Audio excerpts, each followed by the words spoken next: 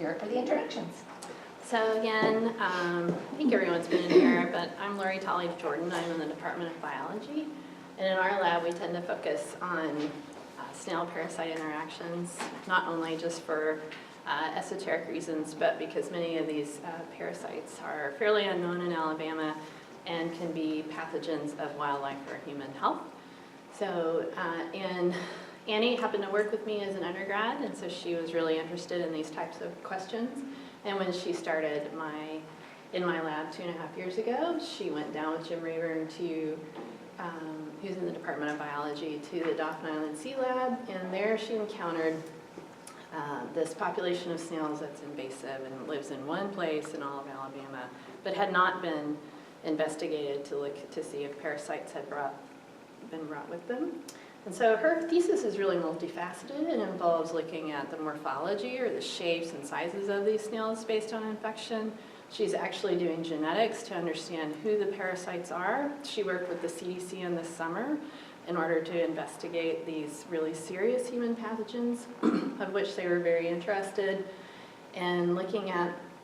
And she has also been looking at the dynamics of these parasites through time, as she sampled bi-monthly in 2017 and in 2018. So she's really done a tremendous amount of work in order to better understand these interactions so that we can further warn the public of these health risks that there are present in a mobile. So I'm going to let her tell you an awful lot about these crazy snails and their kind of creepy parasites. And hopefully the moral of the story is not to lick the snails. That's what wash your hands. And wash your hands. Wash your hands and wash your vegetables. So as she said, my name's Annie, and I work with worms and snails. If you want to be professional, they're called Helminths. And then that's nothing more than another name for parasitic worms. And the kind that we specifically look for are flatworms and roundworms. And the reason why we look for them is because they do use snails as an intermediate host. They have very complex life cycles, but they're very successful at it. So they use snails as intermediate hosts. So this is where larval stages develop and multiply. They'll go through asexual reproduction and increase their numbers into the thousands. And then they will shed from the snail, either that or the snail is eaten by something, fish, bird, whatever the next host may be. Sometimes it's not the correct one, so accidental infections do happen. But they'll go to the next host, whether it be another intermediate host or the definitive host, which is where the adult stages are. The adult stages will reproduce, passes out generally through feces. The snail eats it, because snails eat everything. They eat it, become infected, and the whole life cycle starts again. There are different strategies for both trematodes and nematodes. They tend to be very complicated and very species specific. So each species kind of has a different strategy and a different take on this very complicated life cycle. And so what we generally look for, originally started looking for were trematodes, because those are a lot larger and they're a lot easier to see. So when we go down, we would collect 50 individuals from the lake, and then we would take them to the Alabama Department of Conservation, because it is illegal to transport these snails, so we do have permission. So we have to take them to their lab, and there we dissect them, which is kind of gruesome. You smash them with a hammer and pull out their tissue, because the tissue we are looking for is at the very top of the spire. It's not down at the opening, which is called an operculum or aperture. So we do have to dissect them. We pull out tissue, make a tissue smear, and look and see what we see. Trematodes are very easy to see versus nematodes, which tend to be very tiny and look like wiggling hairs.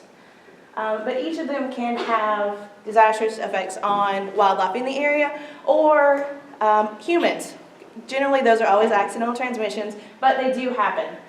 So we went down, looked and see what we found, preserved them, brought them back, and as part of my thesis, we'll look at molecularly identifying them, so trying to figure out what's there and exactly what impacts they could have. And then we were also just looking at, for this is just general infection dynamics. So do these flatworms infect more often? Do nematodes infect more often, which are the roundworms? And are there differences between sex? Are there differences between the size of the snails? And again, these are very large snails. The juveniles are about the size of a $50. So those are a couple week old snails. And the adults are about the size of a softball. Medium size is like a baseball. They get pretty large. That's why they're called apple snails. And this is the largest species of apple snail. It's also the largest freshwater snail. So they're very large. And as far as that goes for parasites, a large snail is a large home. So large homes can equal very good reservoirs for different types of trematodes, possibly ones that are new.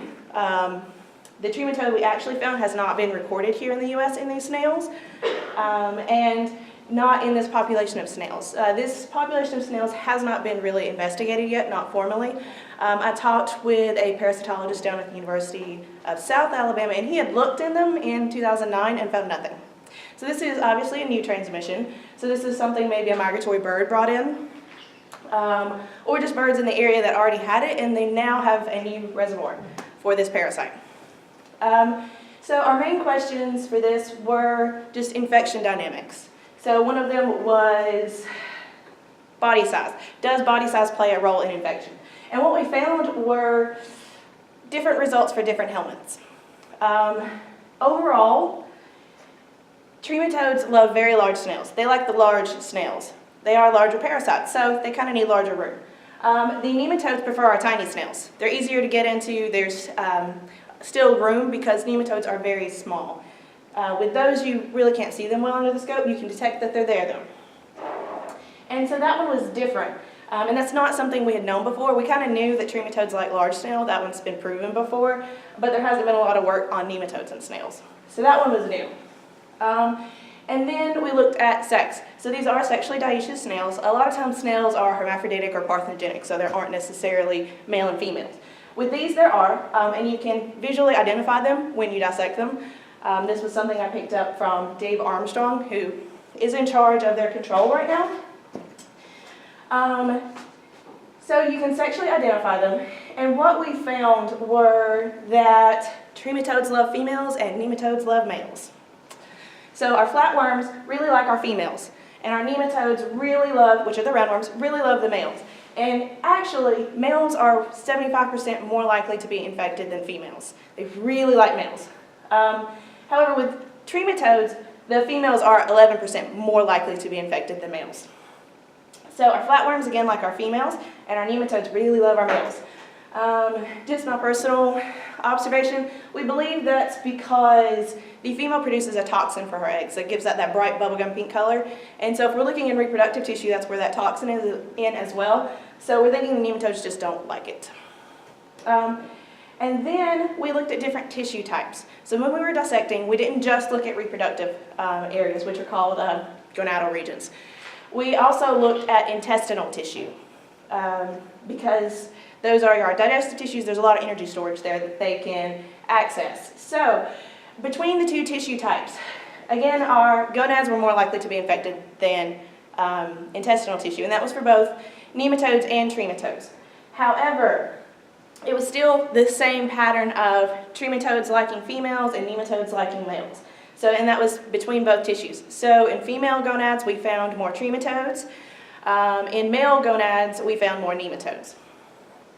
But overall, they really like reproductive tissue. And